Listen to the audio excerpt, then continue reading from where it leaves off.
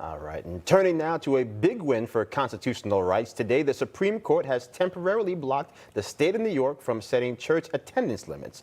This 5-4 ruling comes after the Roman Catholic Diocese of Brooklyn and Orthodox Jewish synagogues sued Governor Cuomo over the state-imposed caps in designated coronavirus hotspots. Here's what Brooklyn's Bishop Nicholas DiMarzio had to say about today's ruling.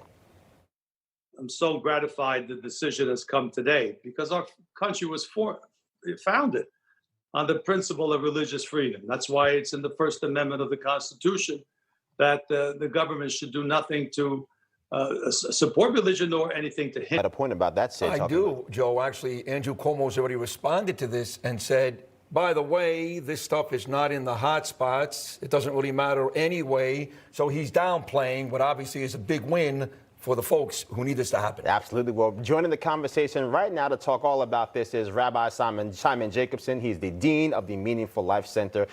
Thank you so much for joining us, Rabbi. I want to talk to you a little bit about what seems to be this juxtaposition between, keeping people safe and making assessments of people's values. The data seems to tell us that schools are the safest place for kids, and yet they want to shut down the schools. The science seems to dictate that obviously we don't necessarily need to shut down restaurants because that's not the highest place of transmissions. And yet at the same time, they're making judgments about people trying to worship. I think that's the purpose of the lawsuit. But how are you seeing this, and how are the people in your parish or your place of worship responding to this? Yes, thank you for having me. Happy Thanksgiving to you and all. I find this Supreme Court ruling as actually a victory far greater than just around COVID. It's essentially a response to this assault as if religion is some type of enemy of this country. Religious people and the foundation of this country is based on faith. All men are created equal. And ironically, what's been happening is as if religion is the enemy, and in a very unfair way, as the Supreme Court justices made it clear that they were discriminating against religious establishments more than the limitations on secular establishments. We all know that we need to be responsible and we need to follow health guidelines. And especially religious people know that because it's essentially the basis of faith is that we need to protect our health. Our health is sacred. But this idea of trying to impose guidelines, and especially in an unfair way, that's what's absolutely unacceptable. Rabbis and clergy and doctors have been giving suggestions of the limitations that in synagogues, but that's self-regulated. It's a whole different thing when the government decides to determine. I remember when Mayor de Blasio made the distinction that there's no problem with people gathering and protesting in the streets because it's 400 years of systemic racism. And at the same time, when he was asked, what about the freedom of religion? He says it's not the same thing. In other words, trying to separate two freedoms, that's absolutely unacceptable. And that's what the Supreme Court has correctly straightened out. Well, I'll ask you this, Rabbi Jacobson. Let's talk about weddings here in Brooklyn, here in the New York area.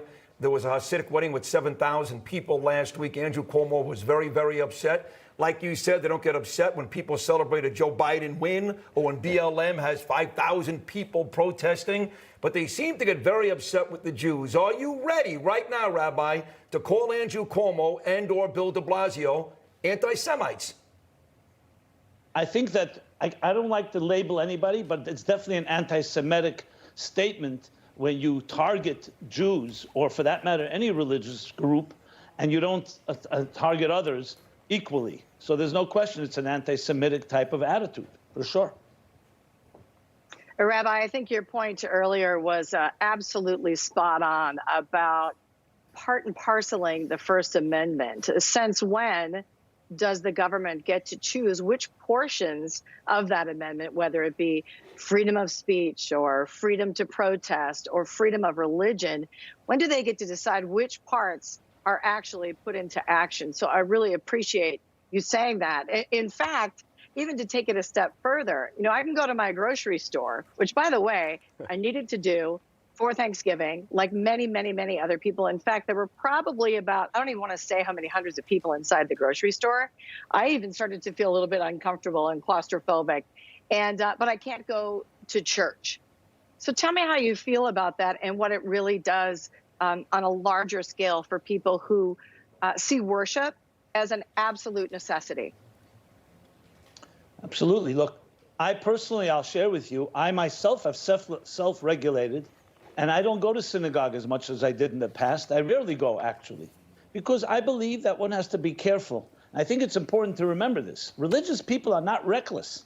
On the contrary, they have to answer to a higher authority. So I think that's critical. The issue here is whether others can come and impose on any religious person, for that matter, any secular person, their guidelines. I was on a plane. It was packed. Then in the synagogue, they start, what about when it comes to commercial attitudes or businesses, then suddenly it's a different attitude? I really believe there's a fundamental bias by many, not by all, against religion. They see religion as dismissing it. They see it either for primitive people or doesn't belong in our age of enlightenment, and they really are condescending to it. That's my sense of it. So I don't really see it only as anti-Semitic. I think it's anti the concept of faith and whether it's teaching our children that we should be answering to higher authority. I think there's more than a sublime element of that going on.